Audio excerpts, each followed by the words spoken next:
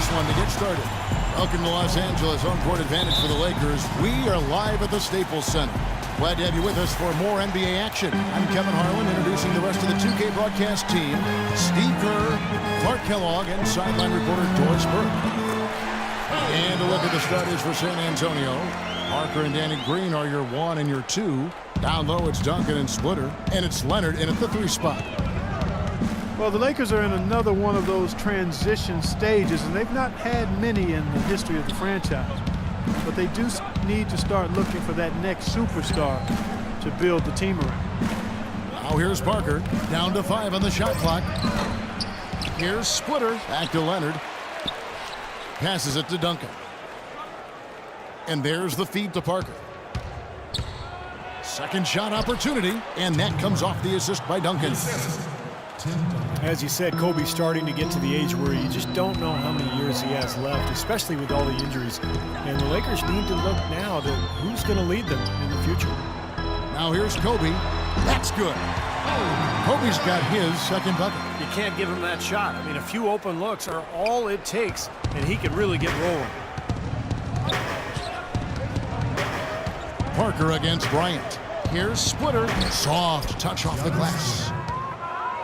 Adding on to that thought about the Lakers, Clark, they have seemingly always had one of the top players in the entire league to build around. Yeah, that's always been one of their key pillars to success. You know, Magic, Wilt, Jerry, well, I mean, you can go on and on, Elgin Baylor. And they thought they might have had Dwight Howard, but now they're in a bit of a search to find a leader to take over once Kobe is gone. Well, he's off to a good start, and he's a guy who we know. I mean, if he gets going early, he can give you problems all day. Dishes it to Duncan. And Boozer with the block. And he recovers it. And Duncan gets it to go in. And about 2 minutes played here in the first quarter. Kobe attacking.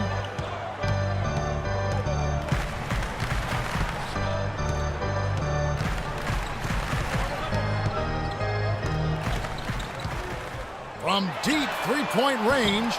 Rebounded by the Spurs. Leonard the pass to Duncan. Parker kicks to Leonard.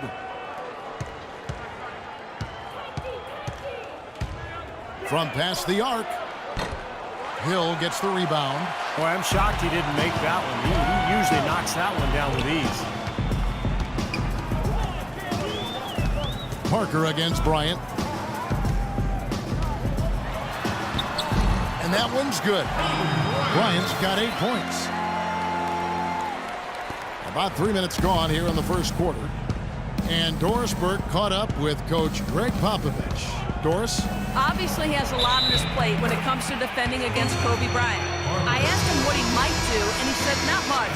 He's one of the league's all-time best scorers. And no matter what you seem to do, he finds ways to get on the scoreboard. Kobe might be seeing a lot of double teams here tonight, guys. Great. Thanks for the report, Doris. Looking at who's out there now for the Spurs. Boris Diaw's checked in for Splitter. And it's Ginobili in for Green. And Bryant kicks to Lynn. 5 on the clock from 13. And Bryant the bucket on the assist by Lynn. And that's 10 points for Kobe Bryant. For San Antonio, they've gone 4 of 7 from the field, shooting over 50%. Jeremy Lin, really an attack guard. Quick and aggressive, always looking to penetrate and get into the paint. And Kobe, here we go. The shot no good. Great D that time from Duncan. Here's Parker, and he banks in the layup.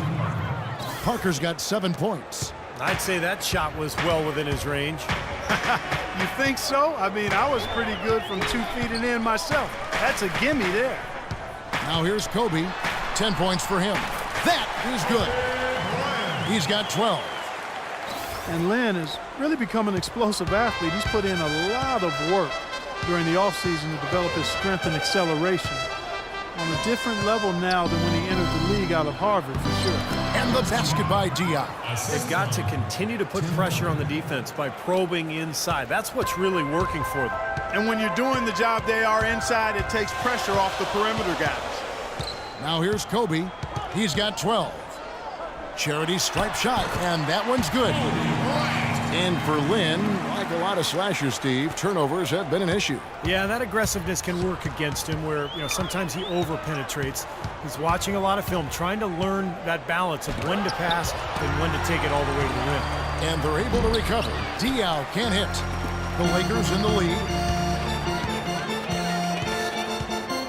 Outside, Kobe. Lets it go from the wing. Lets the three fly. Good work defensively by Ginobili. Cannot hit. Up to this point, a closely contested game as we start the second quarter. And taking a look at the Lakers' performance here, Clark and Steve, what have they been doing or not doing in the game?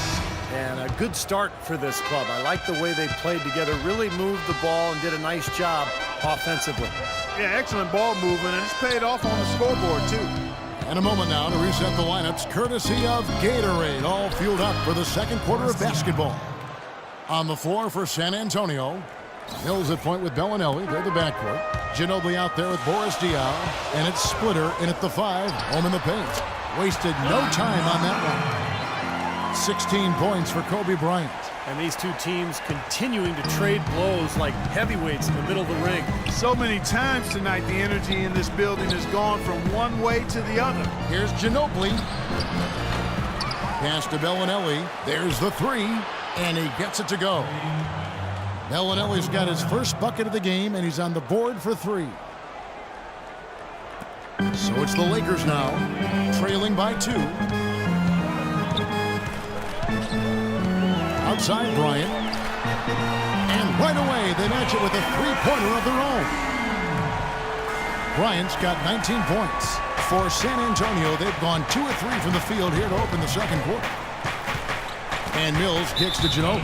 And that's out of bounds. San Antonio will retain possession. A super defensive play. I mean, if that pass gets through, it's probably 2 points.